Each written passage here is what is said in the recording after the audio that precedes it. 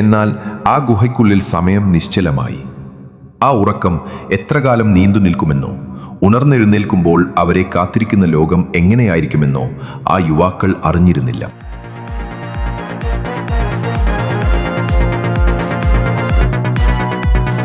കാലം അതിൻ്റെ പ്രയാണം തുടർന്നുകൊണ്ടിരുന്നു.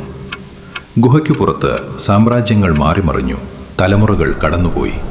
ഒടുവിൽ 300-ലധികം വർഷങ്ങൾക്ക് ശേഷം അള്ളാഹുവിൻ്റെ കൽപ്പനയെത്തി. ആ യുവാക്കൾക്കിടയിലേക്ക് ജീവന്റെ തുടിപ്പുകൾ തിരികെ വന്നു. ഓരോരുത്തരായി കണ്ണുകൾ തുറന്നു. അവർക്ക് ചുറ്റും മാറ്റമില്ലാത്ത ഗുഹയുടെ ഭിത്തികൾ. തങ്ങൾ ഏതാനും മണിക്കൂറുകൾ മാത്രമേ ഉറങ്ങിയുള്ളൂ എന്നാണ് അവർ കരുതിയത്. തീക്ഷ്ണമായ വിശപ്പ് അവരെ തളർത്തുന്നുണ്ടായിരുന്നു. കൈവശമുള്ള വെള്ളി നാണയവുമായി അവരിലൊരാളായ തംലീഖയെ അങ്ങാടിയിലേക്ക് അയക്കാൻ അവർ തീരുമാനിച്ചു. ശ്രദ്ധിക്കണം, രാജാവിൻ്റെ സൈനികർ നിന്നെ കണ്ടുമുട്ടരുത്. ഒളിഞ്ഞും തെളിഞ്ഞും വേണം അങ്ങാടിയിലെത്താൻ. അവർ പരസ്പരം ജാഗ്രത നൽകി. അവർ അറിഞ്ഞിരുന്നില്ല തങ്ങൾ ഭയപ്പെടുന്ന ദഖ്യാനൂസ് രാജാവ് എന്നേ മൺമറഞ്ഞു പോയി എന്ന്. ഗുഹയ്ക്ക് പുറത്തിറങ്ങിയ തംലീഖ സ്തംഭിച്ചുപോയി. താൻ കണ്ട മലനിരകളല്ല ഇത്, താൻ നടന്ന വഴികളല്ല ഇത്.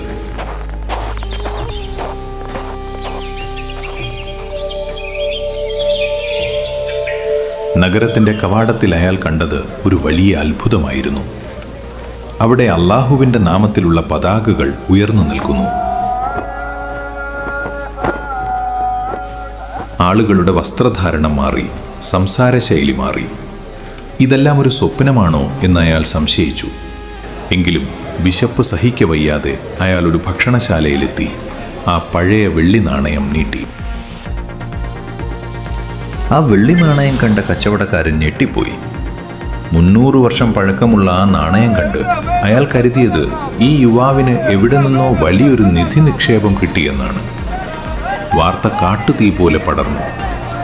ഒടുവിൽ അക്കാലത്തെ നീതിമാനായ രാജാവിൻ്റെ അടുത്തെത്തി. രാജാവിനും ജനങ്ങൾക്കും മുന്നിൽ തംലീഖ തൻ്റെ കഥ വിവരിച്ചു.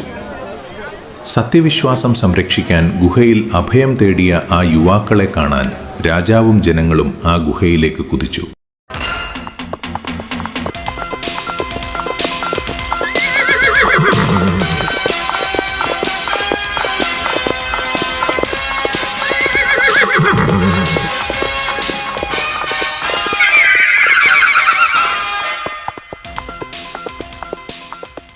അല്ലാഹുവിൻ്റെ ഈ വലിയ അടയാളം ലോകം തിരിച്ചറിഞ്ഞു.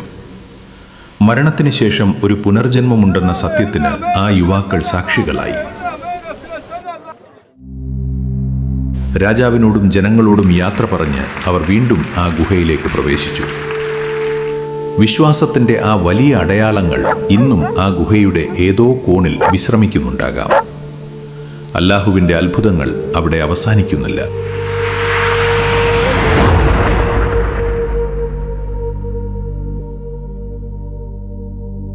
ആ ഗുഹ ഇന്നത്തെ ഏത് രാജ്യത്താണ് സ്ഥിതി ചെയ്യുന്നത് എന്നുള്ളത് ചരിത്രകാരന്മാർക്കിടയിൽ വ്യത്യസ്തമായ അഭിപ്രായങ്ങളുണ്ടെങ്കിലും ലോകം ഏറ്റവും കൂടുതൽ അംഗീകരിക്കുന്ന സ്ഥലം ജോർദാൻ രാജ്യത്തെ അമ്മാൻ നഗരത്തിനടുത്തുള്ള അൽ റഖീം എന്ന സ്ഥലത്തുള്ള ഗുഹയാണ്. മറ്റൊന്ന് തുർക്കിയിലെ എഫെസസ് എന്ന സ്ഥലത്തും ഇത്തരമൊരു ഗുഹയുണ്ട്.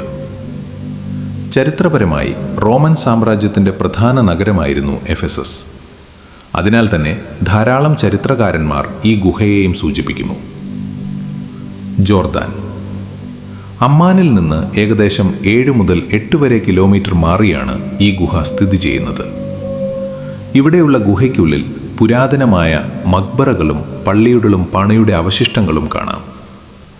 ഖുർആനിൽ പറയുന്നത് പോലെ സൂര്യപ്രകാശം ഗുഹയ്ക്കുള്ളിൽ പതിക്കുന്ന രീതിയും ഇതിനോട് ചേർന്നു നിൽക്കുന്നു.